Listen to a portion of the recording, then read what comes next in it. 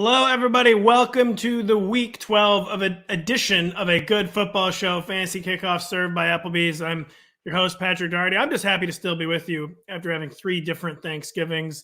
I'm joined today, as always, by John Daigle, Kyle Dvorchak, and Denny Carter. I'm going to dig into all your lineup questions, but as always, we're going to take a spin through this week's biggest news, which includes some returning players, includes some uncertainty with a breakout wide receiver, and includes we have no idea with Aaron Jones and Green Bay. And John Daigle, we'll just start with Elijah Mitchell, who is attempting to play NFL running back with a broken finger. Seems like it'll be hard to do, but he's going to be back against the Minnesota Vikings. And fantasy managers trust getting Mitchell in their lineup as an RB2.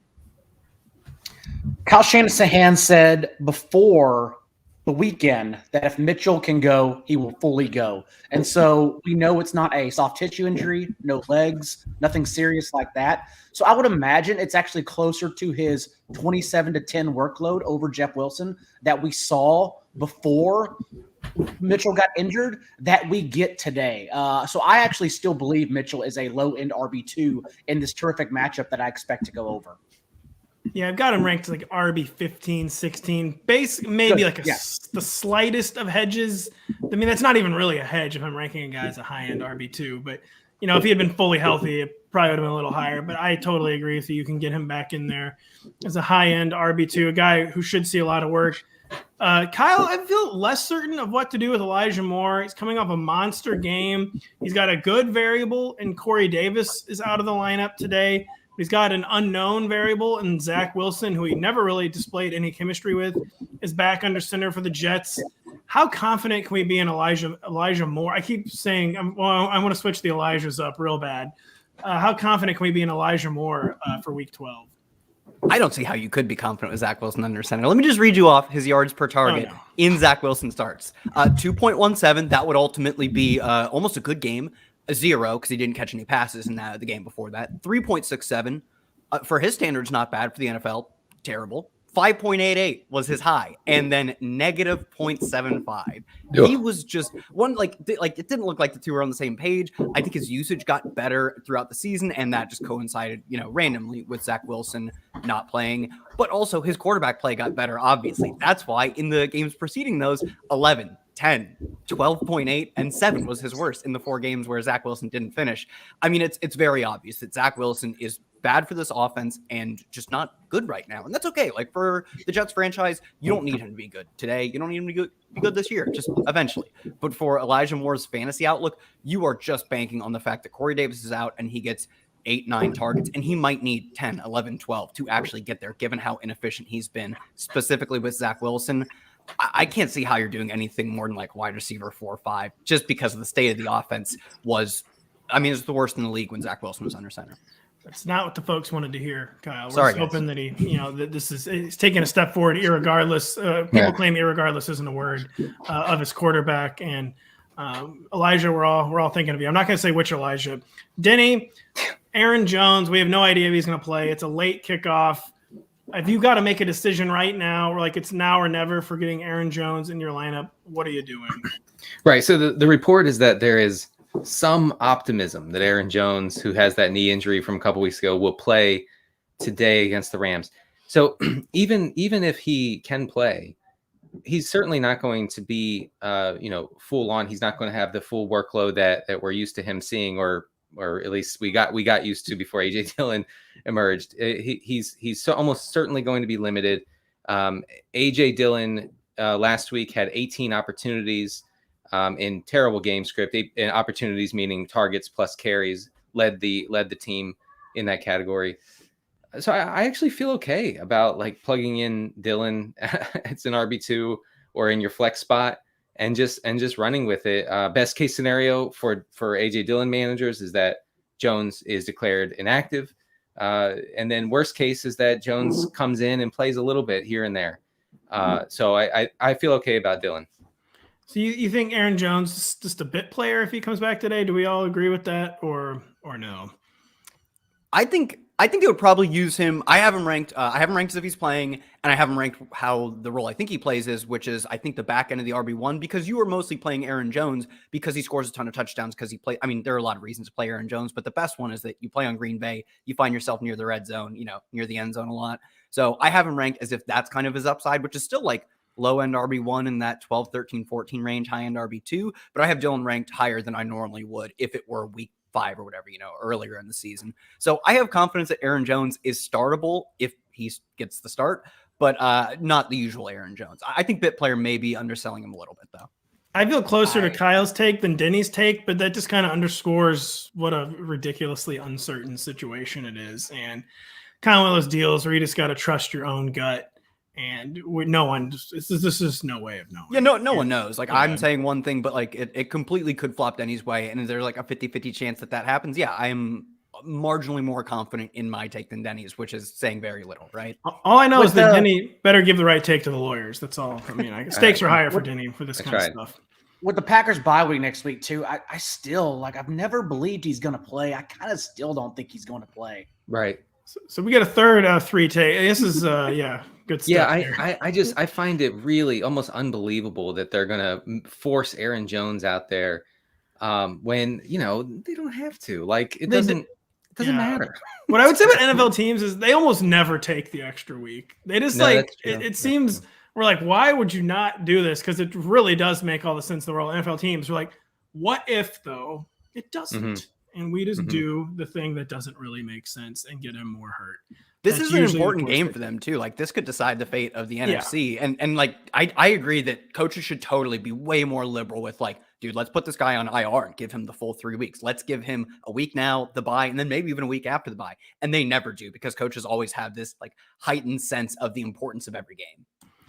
Well, anyways, we got to dig into your lineup questions today. We'll start with Matthew John on YouTube, who wants to, man, this is a tough one off the bat. Darrell Henderson, who is kind of retreating heading into the Rams bye. He's still getting good usage, but the fantasy totals are declined. Darrell Henderson or Terry McLaurin with a really great matchup as his flex in a half PPR league.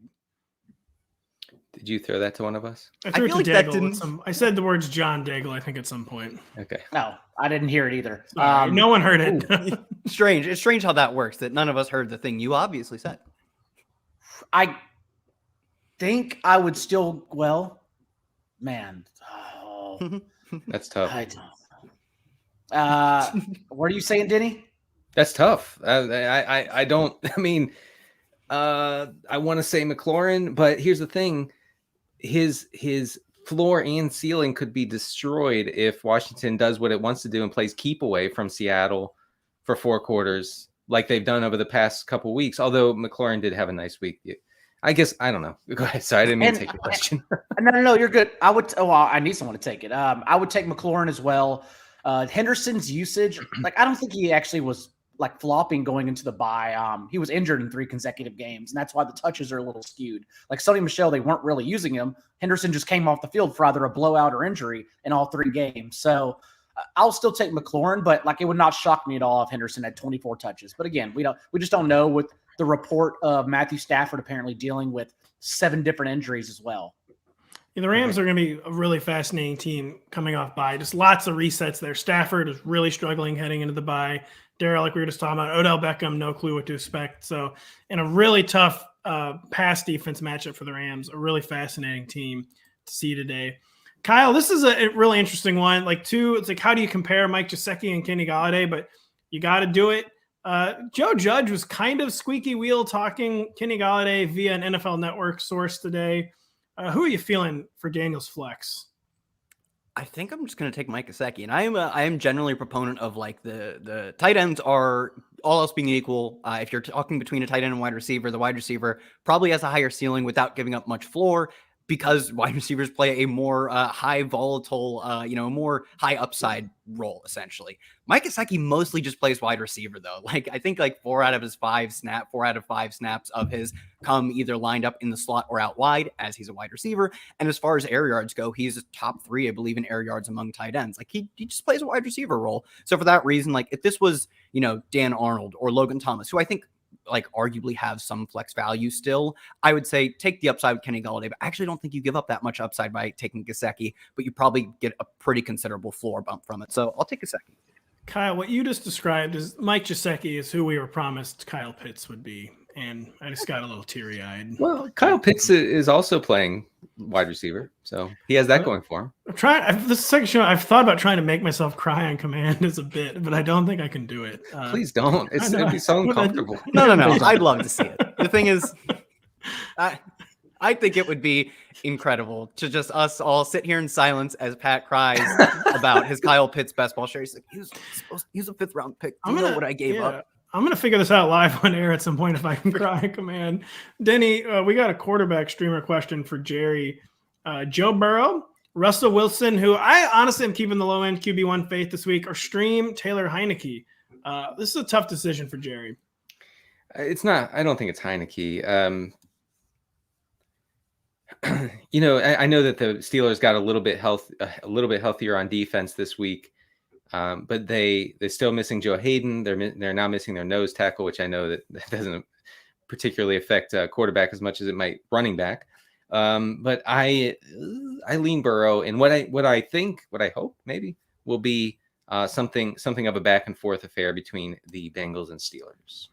Yeah, Joe Burrow, we need you to get back on track, buddy, because it's been a tough scene here. Yeah, and the Bengals for most of the season have operated a little bit like the Cowboys in that they attack their opponent's defensive weakness. So you don't like that.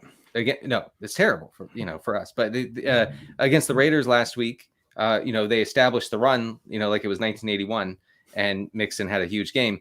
Against the Steelers, I don't know if that establishment is happening quite as much. We don't like that. Bengals just do execute every week. Just execute. That's what we like. Install the same pass heavy offense and just try to execute. Don't adjust.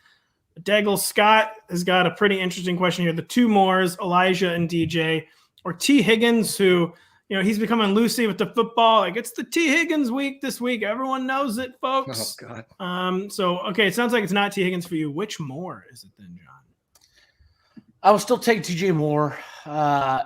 Again, Kyle mentioned everything off the top about Elijah Moore with Zach Wilson. That's the concern here. Would it be shocking if Elijah Moore was still successful from Zach Wilson after the Texans benched their starting safety, their best defender on the team? I know we don't know many Texans defenders here, but literally their best defender on the team for team rules reasons, I believe is what they cited this morning when he was healthy scratched. But overall, it's still, although it's a good matchup, DJ Moore's usage, in my opinion, will be better, more targets, and so I'm just going to take that. Yeah, follow Rivers McCown at Rivers McCown for all the latest Justin Reed news. He's going to be. It's amazing how close he is to that. He doesn't have to be, but he's locked into that. Rivers, this is a choice. I mean, I know you're from Texas, and I'm assuming it's your hometown, but this is a choice, Rivers. And there's another team in Texas, and they're actually fun. Yeah, if you need help, we're here. You can reach out to us. It's a lifestyle choice. That's what no one will say. It is a lifestyle choice. Kyle, we already got a Mike Gesicki question to you earlier. Mike Gesicki, Van Jefferson, or Ty Johnson, 3 different positions, 3 totally different dudes, kind of a compiling tight end, a kind of a big play threat receiver, and a pass catching running back. How in the world can Jonathan make this decision? You can rule out Ty Johnson because I think he actually I wrote him up as a prop bet to go over, but it was like 20 some odd yards. Whereas I think he is in a committee in a close game, but I don't think it's a high scoring game. It's not a high total. I think he mostly just comes in as like a low end PPR value. That's Gesicki's floor is also low end PPR value, but Gesicki actually has a ceiling because you have these layered scales of wide receivers with higher ADOTs, higher ceilings, tight ends, and then Ty Johnson, who's going to have a sub 1 ADOT essentially, and maybe get 8 or 9 carries. Van Jefferson, I think, is close to Mike Gesicki, but I'm just going to run right back with Mike Gesicki. I am a little concerned for Jefferson that we see more of Odell Beckham. Odell Beckham only played, I believe, it was like 15 snaps, got like 11 routes run, but he was targeted heavily on those routes. It's like 27% of his routes he was targeted on. Now they have the bye week to prepare, and obviously the real week to prepare for him. I think he steps into mostly a full-time role, something like 2/3 or more of the snaps, and it operates closer to their second receiver than we saw with him, splitting time to Ben Skowronek. I don't know the guy's name. I don't think he plays much. I think Odell Beckham. Scooby Snacks. Hoobastank? Ben Hoobastank. Yeah. It's pretty interesting, by the way. Odell Beckham ruined their season in only 15 snaps. That's pretty impressive work from Odell Beckham. Yeah, he busted up Stafford's elbow pretty bad. I don't know. Yeah. Would you guys? Are we 3 for 3 on taking Odell Beckham over Van Jefferson this week? I ranked Odell Beckham. I think the Rams are going to force the issue with Odell Beckham. But quickly, Daigle and Denny, do you agree with that? I do not. Wow. I don't. I mean, I guess the narrative piece about like they want to get their they want to get their new guy involved, their new weapon involved. I guess that works out. But is Van Jefferson not just a better receiver at this point in his career than Odell Beckham is? I want to say that upsets me, and I vehemently disagree, which I do vehemently disagree, but it's not an illogical take. My stance on Odell Beckham is that if you can lead your team in air yards in back-to-back seasons, if you can lead your team in targets in back-to-back seasons, like those are immense indicators of talent. Like very few players can do that without being talented. Like Kelvin Benjamin's like the one player that comes to mind. Like he had a ton of targets and was never any good. But for the most part, players who are their team's number one receivers are very good players. Did that show up in, the actual box score, the fantasy stats, the receiving yards, receptions, anything we want? It didn't often show up, to be honest. That's why I am concerned. That's why we're not super excited about Odell Beckham. But players who get the ball a lot are usually good. And he did that in Cleveland a lot. So I think he's still good. Although, like, I'm not as confident as I was like a year ago. Where you say Daigle? He's playing through injury, of course. That's the one thing to keep in mind. But I'm actually just more worried about Stafford's injury.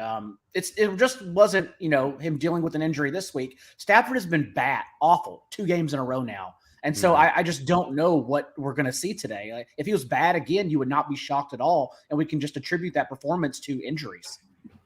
Yeah, I don't know if I was upset by Denny's take because it was true or because it was false. Yeah, that's part of why I'm upset with it. That is absolutely part of why I'm upset with it, is because I know it could be right. And the fact that it could be right, it hurts somewhere in this region. I mean, I'm just I didn't know I was a Van Jefferson truther until this moment. So yeah, Denny. Yeah, we learn there's layers to the more and more layers every day to the Denny onion. Like an onion. He'll never have the onion with cheese though. That is the most disturbing of all of Denny's layers. Stephen Rubin on YouTube. He needs help finding a QB streamer this week. He's wondering about Trevor Lawrence or Tyrod Taylor. Oh boy, it sounds like maybe a question for Lawrence Jackson, who is discussing QB streamers in this week's Lawrence Hit. Lawrence, you can't hear me, but take it away.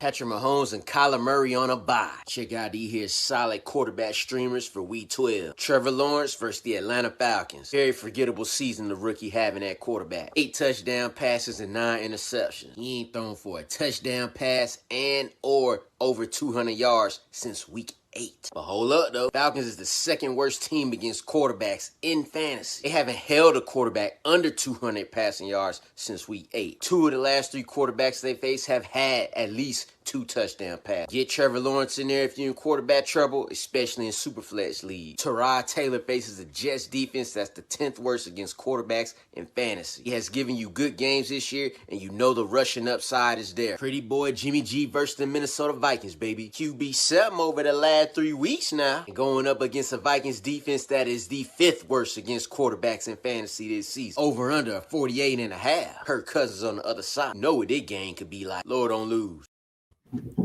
I don't know what state Falcons grief Lawrence is in that he's just screaming Trevor Lawrence against his hometown team, but that's he's pretty deep in it. He looked to be in acceptance. I would say he looked in the acceptance phase of grief.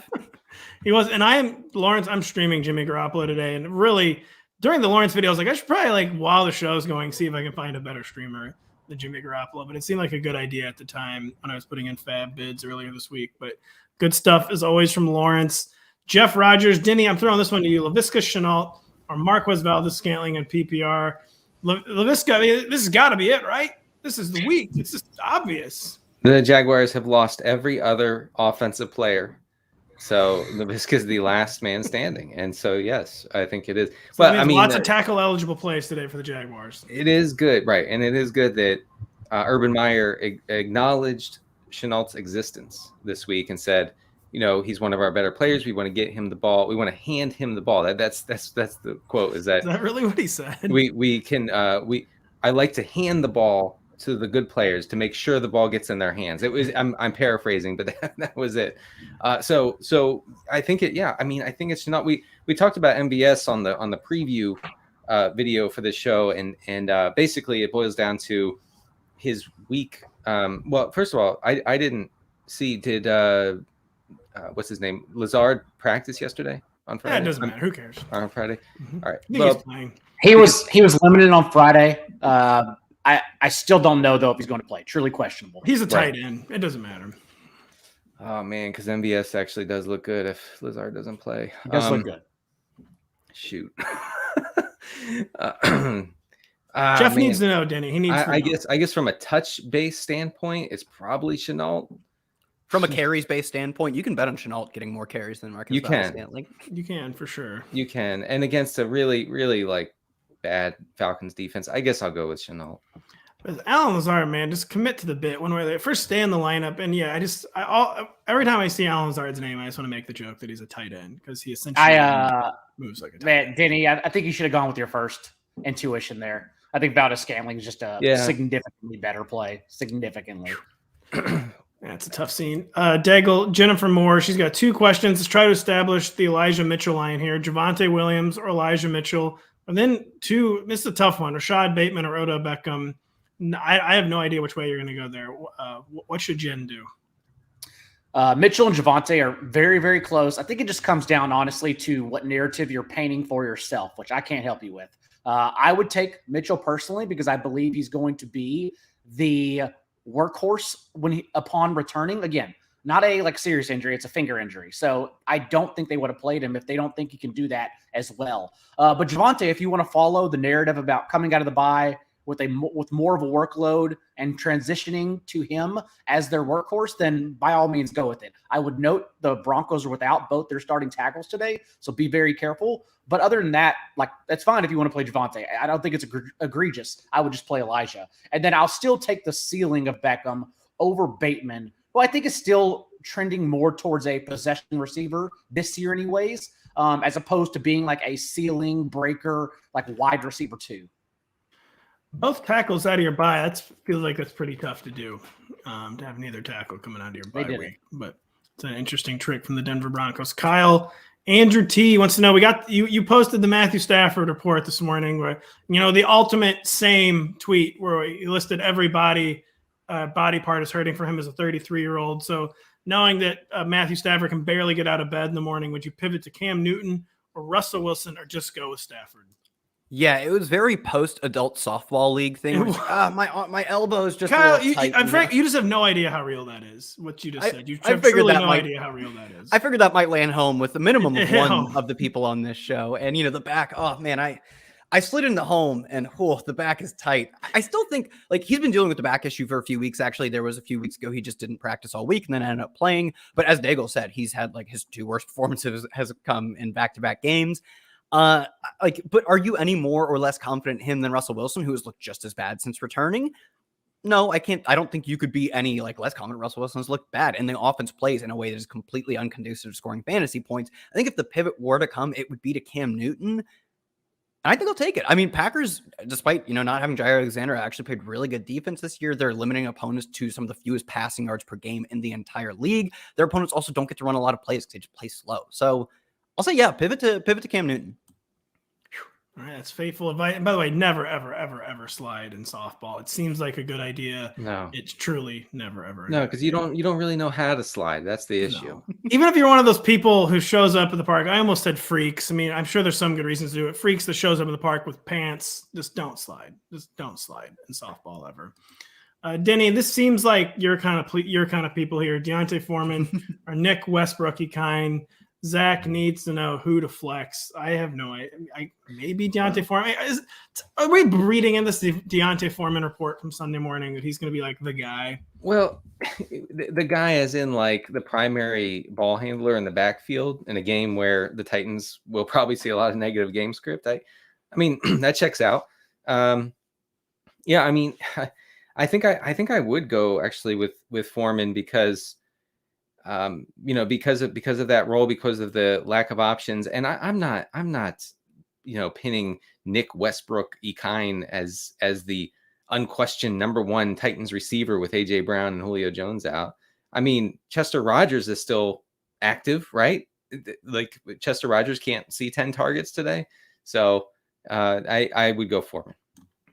I just need there are some reasons to wear pants in softball. That's never in the kind of leagues that I play in. My favorite is real baseball pants playing softball. Well, that's what I meant. That's what I meant. Like you show up like you're an actual ball player. Yeah, that's good stuff. That's good. You better be good. You better be good if you're wearing baseball pants.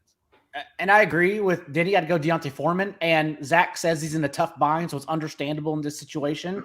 But I think there are people also trying to translate like the Titans' absences to increased opportunity, when the truth is like the answer is no, like no to all of them, unless you're in a tough bind. I mean, the Titans offense has been miserable without Derrick Henry. 4.4 yards per play. For reference, the Texans are averaging a league low 4.6 yards per play. They've just been bad. They have no one to go to. And so everyone wants to get cute with like Dontre Hilliard and whatnot in negative game script. Like there just is no one to play, honestly. Yeah, I mean, the Patriots are just famous for letting up tons of garbage time production, too. The only answer, by the way, is Jeff Swaim. You got to get Jeff Swaim in your lineup. That's the darkest thing. Tell that to my Anthony Ferguson best ball team. You know it's bad when Denny says Jesus and then shakes his head. The Ferk Daddy the Ferk Daddy deserved better. Everyone on the show knows it. Island Boy Gamers, he is with us every week. Who has not talked to you? Kyle, bench one and PPR between Devontae Freeman, Jamison Crowder, and Van Jefferson. Bench one, Jamison Crowder. I don't play Zach Wilson receivers. That's just been the motto of the show, and you can pretty much chalk it up to being the motto as long as he looks the way he has.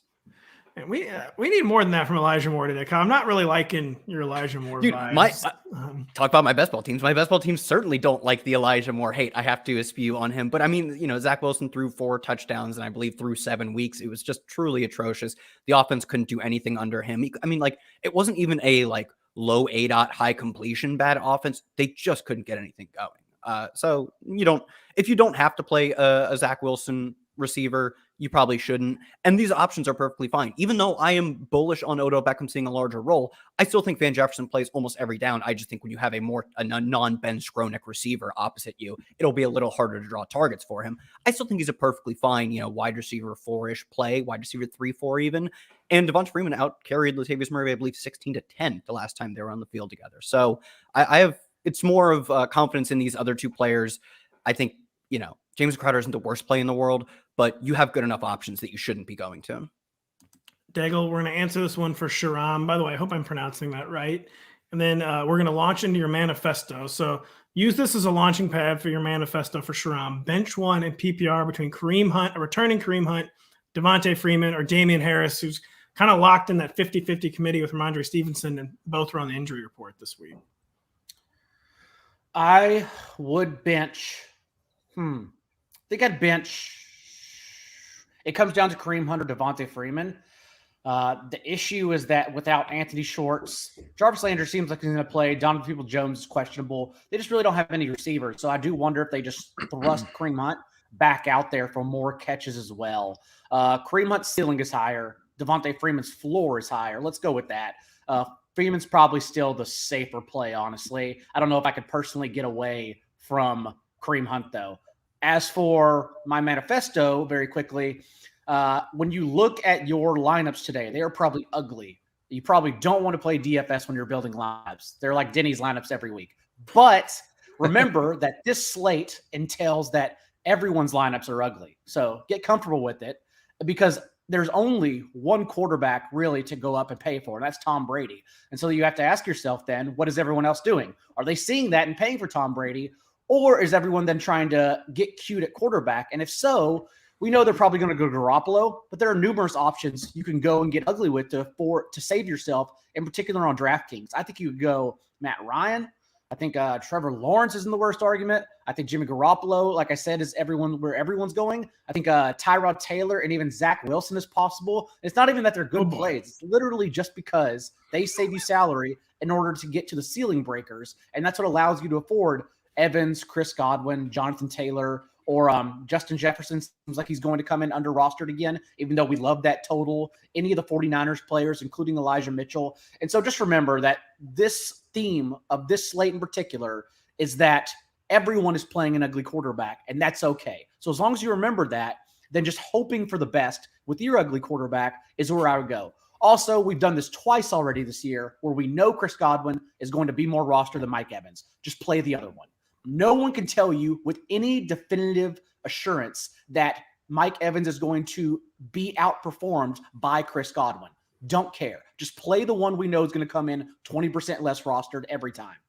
By the way, you referenced Denny's lineup. He tweeted on Thanksgiving, playing just enough DFS to ruin Thanksgiving, and all I can say is big same. Yeah, big same. I did well, but to be fair, like Thanksgiving, you just had to get lucky. You had to avoid some landmines. Yeah, I mean, everyone, we told everyone, we get Deshaun Jackson in your lineup on Thanksgiving. Like, you're just dumb if you're not playing Deshaun Jackson. I have to say that it never even crossed my mind that Deshaun Jackson has made a living for 15 years roasting the Dallas Cowboys. And that thought never passed my mind when I was making lineups. That's a locked in narrative, folks. I really wish I had thought of that. And of course, the Josh Reynolds, Jared Goff connection. Just people were sleeping on that all week, and that was a problem. You're not wrong. Kyle, we got the DFS manifesto from Daigle. What is the props manifesto from Mr. Kyle Dvorchak? Yeah, so I have 5 written up. You can check them out, but I'll just throw out 2. Antonio Gibson under 70.5 rushing yards. They've won in back-to-back games, and that's why he's seen his role uptick in terms of carries, but he's still just a committee back. Last week, he played less than half of the team's snaps. He's just a committee back who has been in favorable game scripts in back-to-back weeks on a Washington football team that is rarely in favorable game scripts. They are slight underdogs or +1 underdogs. I think the money line is basically even. It's basically a pick 'em in that game. But if you're having a close contest where he could be losing against a Pro Football Focus ranked top 5 rush defense, I'm going to take the under on 70.5. He's hit it twice this year. He's played 10 games. Like, that's not even close. And the other one, the grimier of the grimiest maybe I've ever written up, Josiah Deguara over 10.5 receiving yards at, you could find it -125 yesterday. I don't know if it's moved or not, but since Robert Tonyan went down in that game, he's averaging 2 catches, 20.5 yards, well over what he would need to clear. And he's led the team's tight end room in routes run. Just seems like a slightly offline for at least the receiving tight end of the team. Kyle, you were specifically told to never mention an H-back on the show, and you just did it. And well, I love it. I made it. Was this week 12?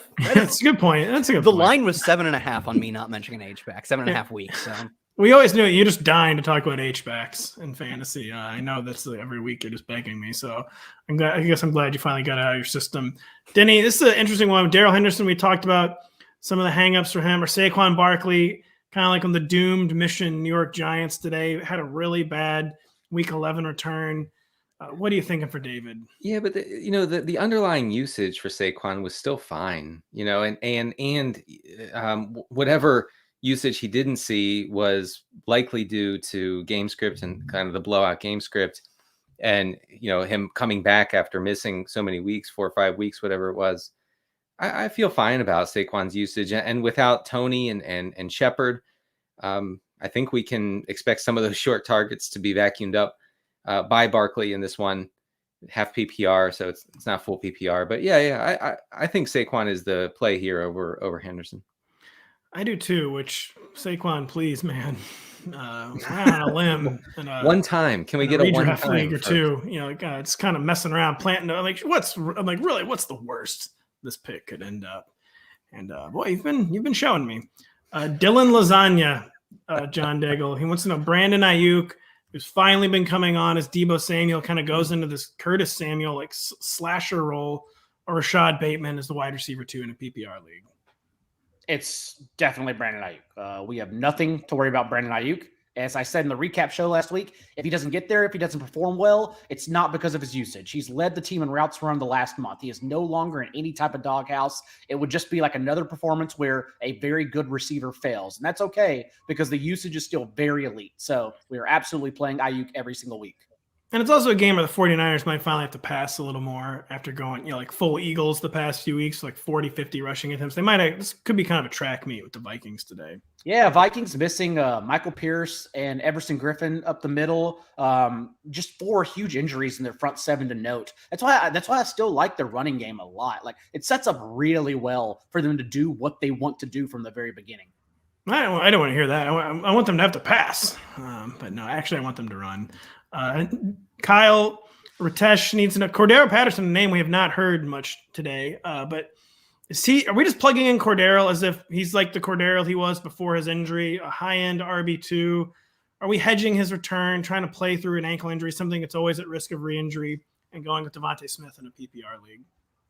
Yeah, I mean, you could hedge his return, but really, what are their it's only re-injury risk. I don't think they ease him back in because I'm going to call them his backups, his committee mates for the backfield. Kadri Olson just straight up plays over Mike Davis at this point. Like, they don't have any idea what they are doing, or maybe they just know that they don't have any choices that are good that aren't Cordero Patterson. I think one of the big reasons he didn't play last week was they played Thursday. It was a short week for him. So I think he's probably maybe not 100%, but if he's close to 100%, they are going to use him as if he's 100% because they have no better options. They have no better options at wide receiver, let alone running back. So I think he plays his normal complement of both a mix of wide receiver and running back snaps and is as efficient as always because he has always been efficient. So I will take him over Devonta Smith, but I don't, it's not a knock against Devonta Smith. Cordero Patterson is just a player we really haven't seen the likes of ever, honestly, the way he's being used in a very good way. Yeah, that's a really good point with Cordero where it's quote, just the re-injury risk, but that's always a risk, but you're right that you can worry about that, but you should not worry about that's just a really good point, Cordero. Don't worry about the usage. If he's out there, they have no choice. Anyone can get re-injured. All systems go for Cordero from a fantasy perspective, I think. Denny, we joke about these being your kind of players. This might be too bleak even for you, but okay, it's good. It's not. Mm-hmm. Rex Burkhead or Tevin Coleman in Igor's PPR league. So you're telling me not everybody's facing this problem this week? Yeah, man, it's Rex season. Every year he finds a way to become fantasy relevant. Coaches love him. Coaches have this one weird trick where they just give it to Rex Burkhead over and over and over again, and he's a winner. And so his team ends up winning. That's what we're going with. Actually, look at the Houston offense has been super run heavy lately. Last week, Burkhead benefited from that. I think they're in position once again to be run heavy with neutral or positive script against the hapless Jets. Man, yeah, I'm all about Burkhead over your other fringe options. Yes. Well, I got to say it's really it's got to be quite the situation where I would prefer to play Tevin Coleman, but I feel like I would prefer to play Tevin Coleman. Really? I don't know. Actually, when you say really, I don't really know, but okay. The Texans catching a lot of points, by the way. Not so sure about that. Las Vegas. I do want to say that although Burkhead got the 18 carries, David Johnson outscored him because he ran more routes, 16-7, and got all 4 of the backfield targets. Targets are more important than carries, especially when you're close in carries. Daigle, we'll stick with you. Tower. Sorry, I can't really read your name. I'm sorry, Mr. Twitch user. But the 2 wide receiver 2s that have kind of been jokerifying people all year. Chase Claypool had one of his best games in Week 11 against a solid Chargers pass defense. Or T. Higgins, the guy we talked about earlier in the show, just can't quite get there this year. Chase Claypool or T. Higgins? It's definitely Chase Claypool. We just go with the elite usage, playing a lot more snaps as well recently. Over 90%, I believe, last week. Without Juju Smith-Schuster, now Eric Ebron out as well. We know their personnel. They don't have anyone else to go to, especially with Ray McLeod out as well. It is Chase Claypool, Deontay Johnson, and Pat Freiermuth, and Najee Harris. That's the owned-in offense. So, yeah, absolutely Claypool over T. Higgins. Higgins is more of just a wait and see for me. Just prove it on my bench. We can't keep doing this with him. Just go do it on my bench, and then we'll talk afterwards.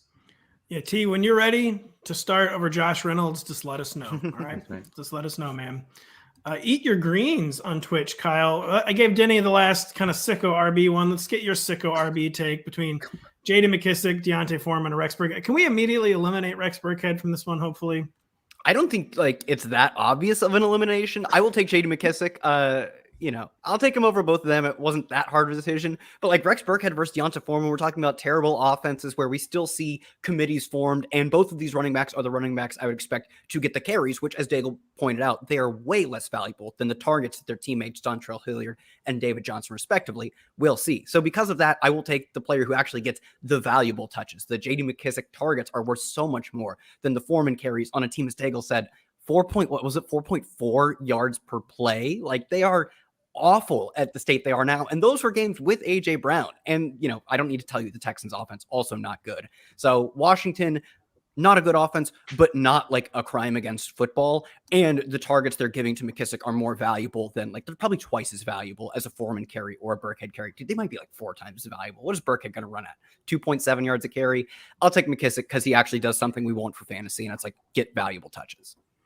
Daniel Snyder just shed a single tear hearing that his offense was not a crime against football. It's been pretty rare for him. So, Daniel, you're just doing a good job running that team. You are. Another Twitch question for Denny. Dallas Goedert or Mike Gesicki. It's kind of a tough one.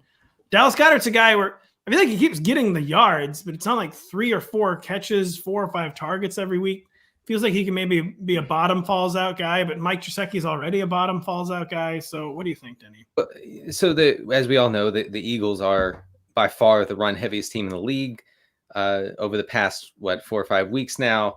But the good news is that their target distribution is very narrow, and it's between Goddard and Devontae Smith. Now, the Giants actually give up a 22.7% target share to tight ends, and so with that priority usage in this offense, and also the red zone / end zone role. I mean, Goddard was this close to having a really big week last week, and he got called for an offensive pass interference in the end zone on a play where it looked like he had caught a touchdown.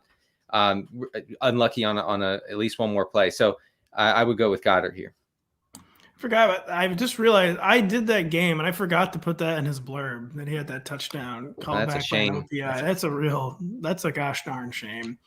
And I'm really sorry about that, folks. Daigle, Rishi needs to know DK Metcalf or Saquon Barkley. DK Metcalf, which has not been happening since Russell Wilson returned. Sky high upside. Saquon Barkley, sky high upside as well. Who in the world should he play? As ugly as it is, I'm just going to take the touches with Saquon Barkley. I don't like it because I do question his ceiling as well. But right now with the Seahawks offense, just completely struggling. We talked about it on our preview show. 19 possessions for the Seahawks, just 1 touchdown since Russell Wilson returned. And that one touchdown wasn't even his. He just has a pick. He's been absolutely dreadful since coming back. So I'll just take the touches with Barkley and call it a day. Yeah, hope you were rehabbing 25 hours a day over the past week in anticipation of Monday Night Football. Miles Sanders, who he had 16 carries for 94 yards in his return last week, but he had the fumble inside his own 10. He had another fumble inside his own 10 where he got bailed out by forward progress. No Jordan Howard today, though. Miles Sanders or Antonio Gibson at PPR, neither are known for their PPR glory. Miles Sanders should be, but he's not. Yeah, I mean, both of them are very similar in that we wish both of these players would get 25 touches, stay healthy, by the way. We wish they would stay healthy on 25 touches, including 5 targets a game, right? But that's just not going to happen. It's not how either of their teams want to use them, despite Jordan Howard being out. I think we see a healthy amount of Boston Scott, but Boston Scott, I think, is probably going to take away more of the between the tackles work. I think he splits the reception value with Sanders. Gibson, I think, has very little reception value given that they've used J.D. McKissick as their clear 3rd down, 2-minute drill back the entire season. I'll take Sanders on a team that I think will be run heavier. As Denny pointed out, they've been the run heaviest team in the past 5 weeks. Gibson's team probably trying to emulate that, but I think they're less likely to do so versus Seattle. Whereas versus the Giants, I think the Eagles win and should be established. Their run game should be able to more so than the Washington football team. So I'll take Sanders. I think until Gibson, until his team shows that they can really, I think beat a good team, I guess they beat the Bucks, but until I have any faith in them, that's just never going to happen. I actually have faith that the Eagles are just a good offense now, despite running the football a lot. Just remember to never Kenneth Gainwell. And Denny, I've been told we have the most stunning edition of Adjust the Ranks yet. And I'm waiting to see what merited adjustment here in this week 12. It's jarring. Hey everyone, this is Denny Carter with NBC Sports EDGE with another edition of Adjust the Ranks. We're going to start today with Patriots quarterback Mac Jones, who said in a pre-Thanksgiving press conference this week that, quote, he does not like apple pie. We're adjusting down on Mac Jones, and this is not because I'm some weirdo who loves pie more than anything this time of year. It's because we have to be afraid as fantasy managers that Mac Jones will be investigated for his potentially un-American views. NFL observers and New England Patriots beat writers decried Mac Jones's hatred of apple pie as un-American and unpatriotic. We have to wonder if Congress is going to get involved, more like when Congress is going to get involved in this and look into Mac Jones's views on the nation, on his place in the world. We have to be wary of this. I believe this issue will not only linger over Mac Jones this season, but for the rest of his career as a Patriot and in the NFL. We're adjusting down on Mac Jones. We continue today with Bills receiver Stefon Diggs, who had a tweet resurface this week back from July 18th, 2021, in which he said, "It's not called pop, it's called soda." We're adjusting down on Stefon Diggs because he very well could alienate the Buffalo fan base if there are enough people who incorrectly call soda pop. This explains why Stefon Diggs left Minnesota. Everybody in Minnesota incorrectly calls it pop. Therefore, he had to go. So is Stefon Diggs out in Buffalo after this year? This is a question the media is not asking, but you should be asking it. I'm asking it right now. Will Stefon Diggs leave Buffalo because he calls soda soda? Adjust the ranks. Once again, this is Denny Carter with NBC Sports Edge, reminding you to adjust the ranks.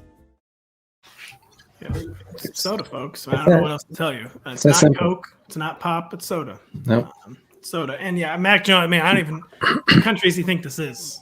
I don't know. I mean, he hates apple pie. What are his views? We have to look into it, and Congress needs to act. That's all I'm saying. He's been trying to blend in as the quarterback of the New England Patriots, and like, he's been doing a great job. Yeah. And it's the stunning admission. He's a real Patriot. Yeah. Denny, speaking of real Patriots, kickers, they belong in fantasy leagues, according to you. Who are the kickers of this week 12? I love that my two esteemed colleagues are shaking their head as you talk about mention kickers. Jake Elliott, folks. Jake Elliott was and is the streamer of the week. All of the positive game script that the Philadelphia offense has generated of late has really benefited Jake Elliott. He is among the highest scoring kickers in fantasy over the past month because of that shift that the Eagles did, embracing the run game with Jalen Hurts and Jordan Howard formerly, and now Miles Sanders. So he is the top guy. Robbie Gould is once again in play despite being old / exactly my age. Those are my two main guys. I have my rankings listed on, below here. I want to just quickly say that Matt Gay is a very shaky proposition against the Packers today with the Stafford injury stuff. I just don't know about how game script will unfold there. I'm not nearly as confident on Matt Gay today as I was a month ago. We need to adjust down on Robbie Gould for being Denny's age. That's a real problem. And the Stafford thing, I mean, that just felt like a pre-excuse. Basically, they're going to launder through the media. Like, he's probably fine. I wouldn't worry too much about it. But he certainly looked like he was playing 5 injuries for the bye, so maybe there is something to it. Kyle, let's see here. Ricola, he or she joins us every week. They need a flex and half PPR between Mike Williams, Brandon Ayuk, or Devontae Freeman. Mike Williams hasn't gotten more than 6 targets in like 6 weeks. He finally got a big – was that last week he got a big play? I think so. Yeah. Who in the world should Ricola flex? Kind of a botched coverage. Good on you, Mike Williams. Scored the long touchdown, but he was just kind of wide open off to the side of the field and took it all the way. It wasn't the most skillful play. Congrats on the touchdown, though. I think it's Mike Williams. John, I know you were big Brandon Ayuk. Do you think I don't want to throw it to you? I will say my pick here is Mike Williams. I think he is far more likely to be a top two receiver in his offense. I do struggle to see how he out-targets Keenan Allen. I think he's far more likely to be a top 2 pass catcher. I think Brandon Ayuk still sits firmly, obviously, behind Deebo Samuel, but also George Kittle. It's not the strongest argument, though. I think the target ceiling, the air yard ceiling, is a little higher for Mike Williams. Would you take Brandon Ayuk over him? I know you seem to be in on Brandon Ayuk, who I like this week as well. I think you're on mute, but please. There you go. I would personally take Brandon Ayuk, but if someone wants to play Mike Williams, no big deal. I just think Ayuk is safer. Even Williams' breakout game, his return to form last week, it was only a 14.5% target share. So it's not like he was peppered either. I would just still take Ayuk personally. Okay. Daigle Robert wants to know who he should start in PPR between Alex Collins, Ramondre Stevenson, Devontae Freeman, and Jacoby Myers. All have pros and cons. I would start Ramondre Stevenson, knowing that the Patriots are going to roll over the Titans by 30 points and that both he and Harris will get 15 to 18 touches today. It's going to be a committee, but I think it's enough of a committee because the game will clearly be slowed down today and they'll just win possessions. Yeah, I think they can both get home, both Patriots backs. And it's hard to see how this isn't a super heavy run game script from the opening whistle for the Patriots. Denny, Matt on YouTube, Devontae Smith or Jalen Waddle. Can Devontae Smith get enough volume right now, especially in this matchup against the Giants? Or do you go with Jalen Waddle's high floor and low ceiling? In PPR, I have to lean Waddle against a Carolina secondary that should be able to shut down anything down the field. I think that Tua will be left to check down a lot, which is not new for Tua, of course. But so I think that makes Waddle the slightly better play over Smith today. Kyle Joey, he's got a tough one in standard. As I see Kyle, I think, with pondering maybe a tough one in DFS there in his office. Ramondre Stevenson, A.J. Dillon, or T. Higgins. That is a tough one. I mean, it's A.J. Dillon, right, if Aaron Jones doesn't play, but Joey's got to make up his mind now in the next 7 minutes. Yeah, I think it's Ramondre for me. If A.J. Dillon were to be the starter without Aaron Jones, obviously it would be A.J. Dillon. I lean a little bit like 55-45 that Aaron Jones is playing. And Ramondre, as Daigle said, the team is, they're going to kill the Titans. This Titans team just has no talent, and their play has looked like it over the past few weeks. So I think even if he's in a committee, like that committee could produce 30 carries this week. So I think you take Stevenson. Chuck joins us every week. He needs one, a flex and a PPR, a wide receiver, Daigle, between Damian Harris, Jacoby Myers, Jerry Jeudy, Rashad Bateman, and Dontrell Hilliard. Who should Chuck be getting in his lineup? I would go Jerry Jeudy and Damian Harris, in my opinion. It's an awesome spot for Jerry Jeudy today. I know we say that often about the Broncos offense, but the way they funnel targets, the Chargers do, in their zone scheme where they don't allow plays, like it's again just one where Jeudy continues commanding targets over Courtland Sutton and just hope that the production follows along. Denny, we'll close out on this one from Chris on YouTube. Boston Scott, who we didn't talk about much today. Daigle's Jerry Jeudy or Mr. Kenny Golladay in standard. Scott's not really in this conversation, in my humble opinion. I mean, Golladay has the potential target bump here with everybody out for the Giants, but I'm going to revert to Daigle's argument for Jerry Jeudy and say that Jeudy is the play here. Yeah, to end the show, should I start Devontae Smith or Jerry Jeudy in my league where it's the yardage bonus, it's distance scoring? I've got Devontae Smith in there right now because it's distance scoring, but Jerry Jeudy or Devontae Smith, folks? Devontae Smith. I'll go Devontae Smith as well. Wow. Okay. I wasn't expecting that, actually. So I'm starting Devontae Smith. You are hopefully starting whoever we told you and hopefully winning with that. And coming back to join us next week at noon Eastern on a good football show, Fantasy Kickoff, served by Applebee's. We'll be with you for the entire month of December as the fantasy playoffs heat up, as you hopefully make the playoffs, as you play DFS. We thank you so much for the questions. We love that you tune in every week. It's been awesome all year. Keep coming back. So for John, for Kyle, for Denny, I am Pat, signing off on a good football show, Fantasy Kickoff, served by Applebee's.